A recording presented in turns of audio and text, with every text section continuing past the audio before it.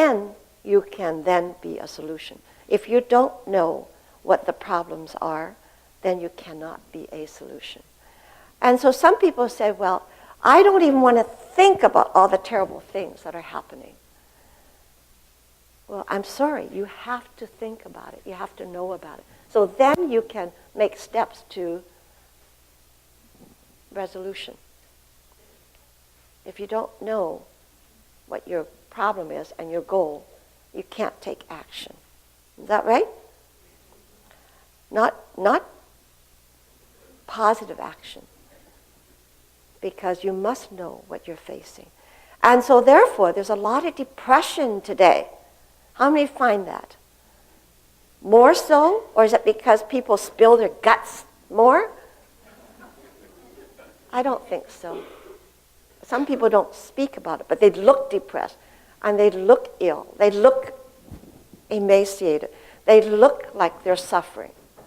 If you're sensitive, and that's what all you here are, you're sensitive, you can feel the energy of the individual, right? You can feel when they're suffering. You can feel when something isn't right.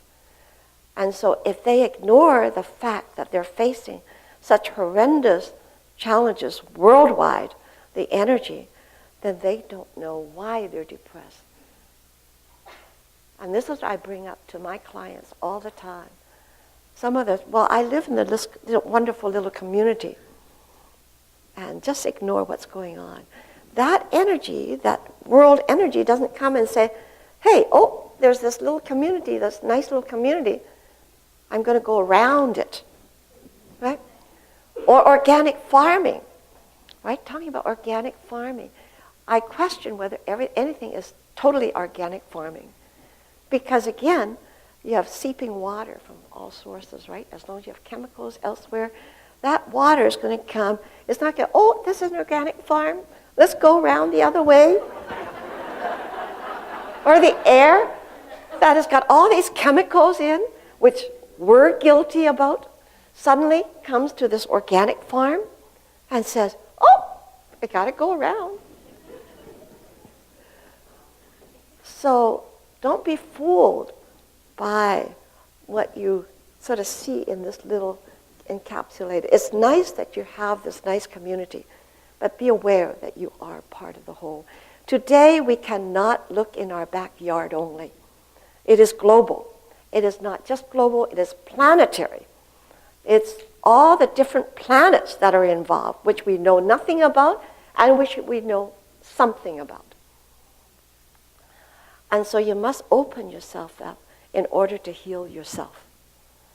And in healing yourself, you will heal the planet. And you all know the laws of the five elements. The laws of the five elements, that is in your handouts, I believe. And that's a chart I created with all the different readings and everything. And so you know that each one of you are related to the universe. Each cell in your body.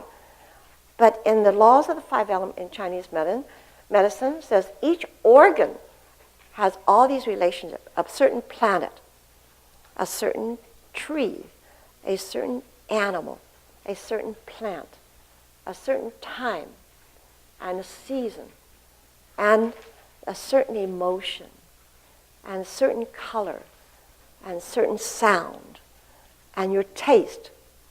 All that is related.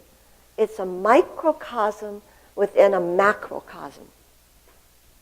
Yes? How many believe that you are part of a macrocosm?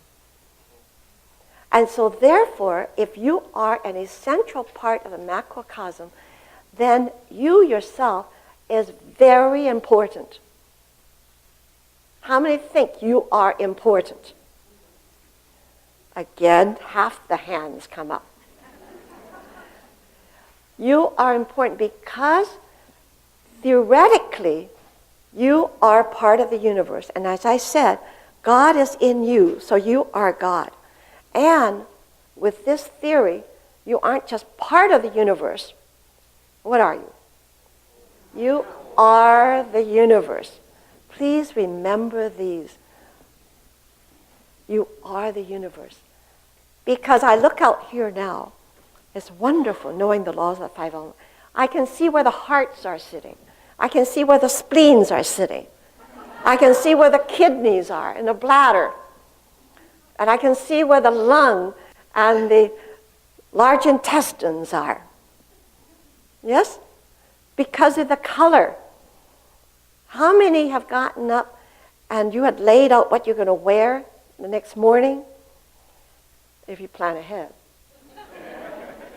And then that morning you got up and oh, I don't know, and you stand in your closet and you look and sort of say, what am I going to wear? And you've laid out something you're going to wear. How many has had that happen to you? Yes? The others haven't?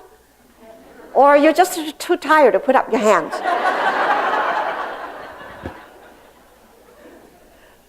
We need to do something about that, hey? And also about something to eat. You laid out a good dinner or breakfast or lunch or whatever, and you came to it, yuck. Right? How many have experienced that? And you go stand in the refrigerator and you say, God, what have I got to do? But you weren't in the same frame of mind or body when you shopped and when you cooked the day before. Okay? You are in essence doing everything you need for the health of you. Not for the hell of you. For the health of you. Oops. Bleep that out. Okay? You do everything for the health, TH, of you. And you chose what you wore today because your certain organs are deficient and need supplementing. All right? How many realize that? Good. Some of you do. And you do everything because of what you basically need in your body. And that means that you influence the whole planet and the planetary system. You are essential. How many have heard the astronauts that go out into space? They suddenly see Earth as a little speck.